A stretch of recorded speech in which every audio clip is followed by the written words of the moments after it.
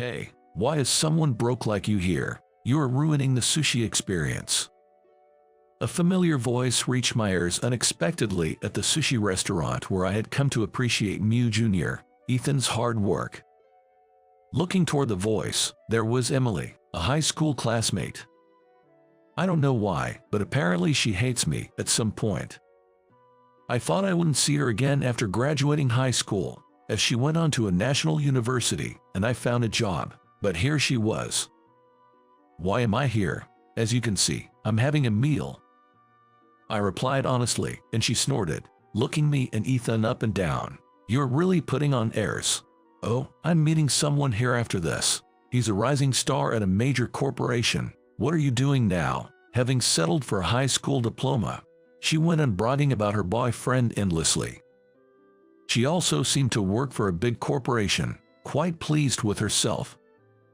I was calming Ethan, who was upset with her attitude, and shortly afterwards a man walked into the shop, and I recognized him. Oh, hey there, what a coincidence. It turned out the boyfriend Emily was waiting for was actually the subordinate I'm quite fond of. Emily stood up with a shocked look on her face. You guys know each other? Yeah, that's my subordinate. Definitely a key earner for us. My name is Ken. Born and raised as an utterly ordinary kid in a family of 4 with my parents and sister, I was the class clown that you'd find in any classroom. Kenzie is the best, isn't he? When you grow up, Kenzie, let's become comedians together. Oh, no way, I'd rather be a handsome actor or something.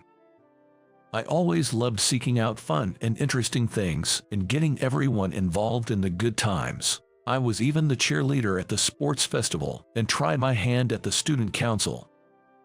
I hate to toot my own horn, but I was always the popular one in the center of the crowd. My name made it into all the categories and those most likely to lists you'd find in the yearbook. We were just an average family, not particularly wealthy, but the love I got from my parents was almost too much during my teen years. I think I was pretty fortunate compared to some folks who have to deal with really tough family situations. Bro, I can't get past this level. Can you help me out? I got along well with my sister, and we'd often play video games together like this.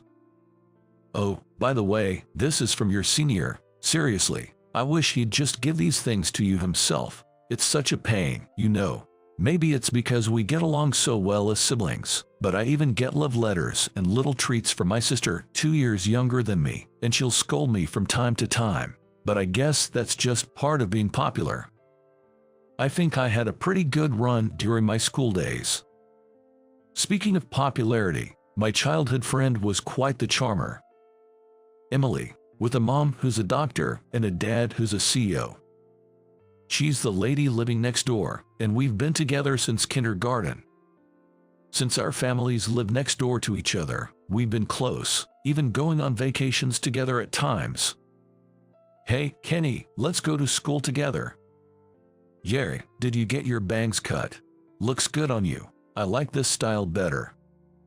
Chatting about this and that, we often walked to school together, so people frequently mistook her for my girlfriend. I wasn't exactly upset about it, and it seemed like Emily didn't really mind either, so neither of us confirmed nor denied it. Thanks to that, I didn't have a girlfriend in middle school, but that was fine by me. I had more fun messing around with the guys anyway. Ken's got it made, man. You're dating the cutest girl of your grade and your childhood friend. It's like something out of a comic book. And you're the one making your girlfriend from another school wait.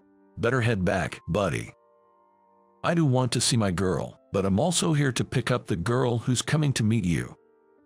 These were the kind of silly conversations we had while changing after club activities, just part of a fulfilling day. Emily was as beautiful as they say, a real head-turner. She was well-mannered and kind to everyone. And she was quite a hard worker. With her beautiful long hair, slim and long limbs, and a petite face, she could have been a model. You know, Emily looks like a model. If she's standing next to Ken, it's enough to make anyone feel insecure. That's what the girls would say. Which high school are you going to, Kenny? As entrance exam season approached, it naturally became the hot topic. Fortunately, I was on the smarter side, so I set my sights on the top local prep school that was also known for its stellar soccer team. Really, maybe a lame for that too. My mom wants me to become a doctor, she said. What? Then we might be together in high school too. Let's give it our all. On our days off, we studied at each other's homes. I'm so glad Kenzie is going to the same high school as Emily. Keep up the good work, Emily's mom would say as she brought over some fancy cake, and even my sister would join our study sessions with her own schoolwork. It was a pretty great relationship, I think. But a year into high school, my relationship with Emily changed dramatically. We both got into the schools we wanted and were thrilled, starting off commuting together, but gradually, Emily's behavior became strange, and by sophomore year, she didn't even speak to me. Lately, I feel like something's off with Emily, I remarked. Did you do something, bro? My sister asked. As we bickered back and forth, my mom chimed in. Emily has always been pretty, but she's become even more beautiful in high school. Maybe she's got a boyfriend. My sister added, true. She was so cute and yet didn't have a boyfriend in middle school because you were always around. At my sister's grade level, people would sometimes gossip about me and Emily, wondering if I was the reason she didn't have a boyfriend. Well, I guess it was mutual because I didn't have a girlfriend either. Sure, once we got to high school, club activities kept us busy, and since morning practices meant we hardly saw each other at the crack of dawn, it wouldn't have been strange if Emily had gotten herself a boyfriend without me knowing. Being one of the top brains in our grade, acing sports without breaking a sweat, and being a knockout to boot with a face and figure straight out of a magazine, it's no wonder students from other classes and schools would come just to catch a glimpse of Emily. Even our school festivals had more than a few folks, guys and girls, showing up just to see her. I took it for granted that Emily would always be there by my side, but suddenly she felt a bit distant, and I couldn't help feeling lonely. Even you, with your serious soccer game, got dumped by the girl who was your girlfriend. Huh? Shut up, man. She was just a childhood friend. We weren't dating. Teased by my friends, but I was pretty busy myself and, as always, had no trouble getting attention from the ladies, so I just made casual girlfriends to pass the time. By the time we were seniors in high school, just as summer vacation was about to start, my parents got into a car accident. Dad passed away and Mom, who was in the passenger seat, survived but became paralyzed from the waist down. With the sudden loss of Dad and contemplating the future, Mom sank into depression, and my sister lost her spark too. We received a fair amount of insurance money, but with Mom having been a stay-at-home mom and now facing the challenges of paralysis, getting a regular job seemed unlikely. The reality is harsh, given the need for rehabilitation and assistance. I'm not going to college, I'm going to work. When I told my family, they reacted, "Why on earth would you do that? After attending such a good high school, you're going straight to work." I'm sorry, it's because I ended up like this. Mom kept apologizing profusely, and my sister tried desperately to stop me. No, it's not Mom's fault. I found something I want to do. Even my guidance counselor at school tried hard to persuade me, but my mind was made up. Now that I had a clear goal, going to college seemed like a detour, and I wanted to use the insurance money to renovate the house to make it more comfortable for Mom and her condition. I also want to make sure my sister gets to go to college, and no matter what anyone says, the idea of going to college myself has completely vanished from my mind. Hey, what's the deal here? About a month after my dad's passing, there was Emily, standing in front of our house, looking really upset. What do you mean by what's the deal? Did I do something to you? Her recent attitude of ignoring me had irked me a bit, so I replied somewhat defensively. You're planning on getting a job instead of going to college. Whether she'd heard it from someone or my sister had asked her to persuade me, Emily was laying into me with fiery anger. That's ridiculous. Completely unthinkable. You're settling for just a high school diploma in a world where everything is judged by your education.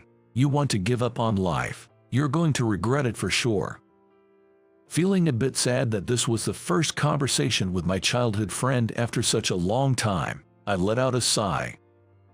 Emily suddenly looked down, taken aback. "I'm really sorry about your father, but there are scholarships, and if that's still not enough, I'll ask my dad to prepare some money. With your brains, you could go to a state college, so why won't you?" The look on Emily's face was terribly somber. "Listen, Emily, I made this decision on my own. There's something I want to do. What about you? First, you avoid me, and now you ambush me just to say this." I couldn't take it anymore and reached for the gate to our house. "I didn't mean, you're someone who deserves to be recognized. It can't end with just high school, but you need to bring results to be recognized." With a trembling voice, Emily whispered to my back. Her voice was filled with a desperate clinging sadness, and for a moment, I almost turned around, but I didn't look back and entered the house. "I'm home. Ken, are you okay?" My sister must have seen the exchange from her second-floor room. She asked me with a worried tone. "You all right?" "Yeah, I'm good. By the way, did you tell Emily that I'm getting a job?" I haven't talked to Emily at all. We haven't seen each other. At first, I thought you were getting a job for the family's sake and I was against it. But if you have something you want to do, I'll support you. She gave a sweet smile and said, "Dinner's on the table. Go ahead and eat." And then she went back upstairs. After that, I never really saw Emily except for passing by at school. Even then, we remained distant until we graduated high school, parting ways after the quarrels. It's been 10 years since the bittersweet high school days. Now, having made my dreams a reality amidst busy everyday life, I took Ethan, my junior, to my favorite sushi spot. I've been coming here as a treat for various milestones ever since a colleague introduced me to this place and I got hooked on the taste. "Hey, long time no see." I greeted Bob, the owner of the restaurant who I've known for 8 years, with a friendly smile. "Welcome, Ken." First off, a bottle of beer as a nod to the hard work. This was always the routine here. "Ken, this place has a great atmosphere, doesn't it?" "Right. It's my go-to spot. It's pretty upscale, and now it's so popular. Getting a reservation is tough. I save it for special occasions." As soon as I finished my beer with a single gulp, the appetizers were served. Ken's been a regular for a long time, and now his juniors and team members are following in his footsteps, coming here to celebrate their own milestones. He said with a grin as he started to prepare the sushi. "Well, this is seriously delicious. You really know the best places," Ethan praised after trying the appetizer. "Today's your treat for wrapping up the huge project, so savor it to the fullest." Watching Ethan gobble up the food with delight made me happy, and I too started on the appetizers. It wouldn't be an exaggeration to say that the drive to eat this sushi is what motivates me to tackle big jobs. As we were thoroughly enjoying our meal, the door to the restaurant opened and I heard a familiar voice. "I know we're a bit early for our reservation. Is that going to be okay? He'll be here shortly as well." I couldn't help but turn around at that familiar voice. "No way, what are you doing here? Unbelievable." She looked even more beautiful than I remembered, dazzlingly so. "Emily, my childhood friend, with whom I had a falling out after a big fight. It's nothing out of the ordinary, as you can see, just having dinner," I replied, feigning calmness. She looked from me to Ethan and then strode over to me. "You've become quite the show-off, haven't you?" Emily snorted with laughter. "I came here because he managed to get a reservation at this hard-to-book sushi place, but I see even a poor guy like you can afford it, which really says something, doesn't it?"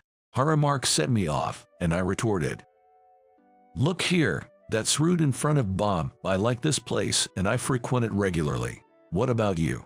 Your boyfriend is coming, right? Go on, get going." As I dismissed Emily with an exasperated tone, she said, "Well, that's true. Unlike you, I didn't settle after a tragedy." I pursued my education and now I work for a big corporation. You know 'em, don't you? The largest agency for YouTubers. It's a big company that went public in just a few years, and he's the rising star there, likely the next CEO. What about you? Well, since you are here, I guess you're not doing too badly for yourself, living in poverty. Emily stood there with a triumphant smile, and Ethan bristled with indignation. Excuse me, what's with the attitude? Thinking you're all high and mighty because your boyfriend is successful, and whether that's even true. I calmed him down, saying it was all good. But when she mentioned a company name I knew well, I couldn't keep quiet. I know it because I'm the one who started it. As I said this quietly, the door opened and in came a man I also recognized. Mr. Burton, what a coincidence. How are you doing? The man who entered bowed to me as soon as he noticed me, and Emily couldn't hide her surprised expression. He's Phil, one of my employees and my right-hand man. The man I'm most fond of. Emily, sorry to keep you waiting. Did you know Ken here? While he asked Emily gently, she seemed to be in a daze. Ever since Ken introduced me to this place, I've been completely hooked and come here often. Phil said with a fresh smile, and even I was taken aback. Indeed, Phil is our company's rising star. I found myself muttering under my breath. Ethan nodded in agreement behind me. Come on, Ken, quit being so modest. It's not me who's working hard, but the creators. The media's been making too much of a fuss about me, he said modestly, which made him all the more intriguing to me. Ever since I was a kid, I loved involving everyone in fun activities, so I always wanted to enter the entertainment industry. After losing my dad and seeing the grief of my mom and sister, the first thing I wanted to do was to entertain the world. After high school, I got a job at a local ad agency, but all the while, I studied the entertainment industry thoroughly and set my sights on YouTube. I tried broadcasting myself and realized it was quite challenging, and that's when I got the chance to meet others who were also posting on YouTube. There, we revealed our problems to each other, and then we decided to start a company. With the timing being just right, riding the wave of an era that welcomed YouTube, our company quickly found its groove. The one managing our star creators, even before we went public, is Phil. Sure, it's thanks to his adept management of the creators that the company has gotten this far, but would he really go out of his way to tell his girlfriend that he's the top dog or the next CEO? I mean, sure, there's a bit of a difference between how you act in front of your boss and your girl. As I'm mulling this over, sensing the mood between me and Emily, Phil asks, is something up?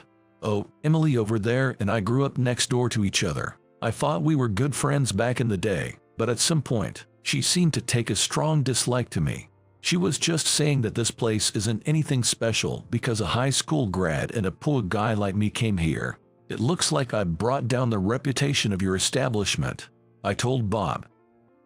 I glance over at Emily. No, that's not it. Emily shakes her head vigorously.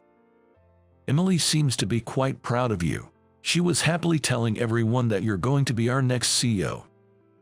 Phil shot Emily a cold look.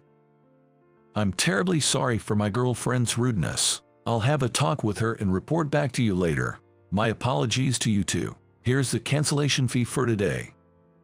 Phil bowed deeply to the main chef, paid the cancellation fee to a nearby employee promising to come back again, and with a quiet, icy voice, said let's go, and took Emily out of the restaurant. Emily could hardly walk. Tears were streaming down her face. I let out a big sigh. Really sorry about this, I ruined the mood. This was supposed to be a fun meal, and now it's all for nothing. No, Ken, it's not your fault. He started preparing the next dish with a smile. Ethan agreed with him, saying, that's right. But it's surprising. Phil dating a woman like that. Maybe he's good at his job but has no eye for women, I said nonchalantly, which made both me and the boss burst into laughter. No, she used to be a real sweetheart back in the day. I guess she changed after high school. I drank my lukewarm beer, reminiscing. "That's not something you should say," Bob said with a laugh. With a puzzled look, Ethan said, "Sorry about that," while scratching his head, and ordered a hard seltzer. The next day, although Phil was supposed to be on a business trip starting today, he showed up at the office early in the morning and said, "I'm really sorry about last night. I talked it over with my girlfriend, and we've decided to break up. Can I give you a detailed report when I'm back soon?" After his brief report, he headed off to Kansas. "So, they broke up, huh?"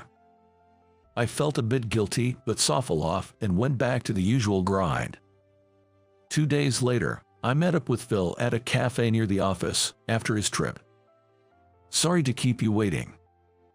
Rushing into the cafe where I was waiting, Phil looked noticeably brighter. "Phil, you look beat. You didn't have to rush." "No, I wanted to talk to you as soon as possible. Listen to this. You thought Emily disliked you, right? Turns out, she was just jealous of your awesomeness. She went to a competitive high school to join the soccer team, and even while she was dedicated to her club activities, she couldn't match up to you, always topping the grades. Apparently, she got an earful about it at home too. Well, she does have a bit of a habit of exaggerating stories, so I'm not sure how serious she was." I was speechless at this unexpected revelation. Jealousy, and I couldn't help but chuckle. Sure, Emily's parents are both pretty sharp and the home environment is strict, but jealousy over that. While laughing, I remembered the day we had that big fight. In a world where everything is judged by academic background, you get no recognition without results. I mused over Emily's words from that time. Actually, she might not be completely wrong. Emily's mom had always dreamed of her becoming a doctor, and given that it was a prep school, they had plenty of mock exams. Maybe Emily was feeling cornered, too, having the reality of her chances at specific dream schools confronted by those mock exams. And get this, the worst part. She told me she was only with me because I'm the rising star of the company featured in magazines. She never saw past my resume and title. I really loved her, you know, and the whole future company president thing was all Emily's doing, assuming it was a given because I'm the frontrunner. As Phil shared this, he looked a bit forlorn. He definitely lacks a knack for judging character. I recalled the face of Ethan at the sushi restaurant. Oh, and she also said, "It's not fair. You're beloved and popular. Your parents don't force their ideals on you, really. Who are you?" I just smiled wryly as Phil took a sip of his coffee. "I'm nothing special, just thankful to my folks, I guess. The company is what it is today thanks to you and the other creators, after all." That was indeed true. I had just been doing what I could at the time. "Oh, you used to date Emily back in the day. Seems like she's still head over heels for you. She said she can't forget him." Phil looked at me with a sly grin as he spoke. I responded, "We didn't date, but yeah, I guess I liked her too until we had that big fallout. 3 years have passed since then, and I was out on a date with my wife. We get married after dating for about 2 years, and now there's a new life blossoming in her belly. We came shopping today for a little change of scenery before the baby comes. Hey Molly, this place is known for its variety of decaf herbal teas. I saw it on Instagram. Let's take a break." Despite her growing belly making it tough to walk, my wife had been on her feet a lot today, so to give her a break, we stopped by a cafe. "What'll you have?" "I'll grab it, you sit down." I picked up drinks for both of us and headed back to my wife, only to unexpectedly spot Emily sitting nearby. Oh, it seemed Emily had also noticed me. We both greeted each other at the same time. "It's been a while." "You too." Emily, smiling softly, seemed to have reverted back to her old middle school aura. That was the real Emily, a gentle girl with a soft demeanor. Sitting across from her was a man with a gentle aura, seemingly laid back. "I'm getting married to this guy next week. I regret what happened back then. That's why I want to cherish someone who really faces me for who I am." Emily was looking straight at me. "Kenny, You haven't changed at all. That's your wife, right? You both seem really happy. I wonder if I can make someone as happy as Kenny. Look in front of you. At least the guy you're with right now seems happy to be with you, doesn't he? That's what counts. You've got your own family to think about now. Emily's boyfriend nodded in agreement. Well, I gotta get back to my wife. Wish you all the happiness. Nodding briefly to her boyfriend, Emily grabbed my hand as I was returning to my wife. She pulled me closer and whispered in my ear secretly. Keep it a secret, but I've always had a crush on you, Kenny. Emily, with a mischievous smile, made my heart skip a beat, but I didn't say anything. In my heart, I responded, I liked you too. Getting back to my wife, she grinned and asked, she's pretty, isn't she? That's my first love. Got dumped by her a long time ago, though. My wife smiled broadly, and I handed her the drink I had bought earlier. I got a little jealous. Don't look at other women, okay? She playfully pinched my cheek and pouted, looking so endearing.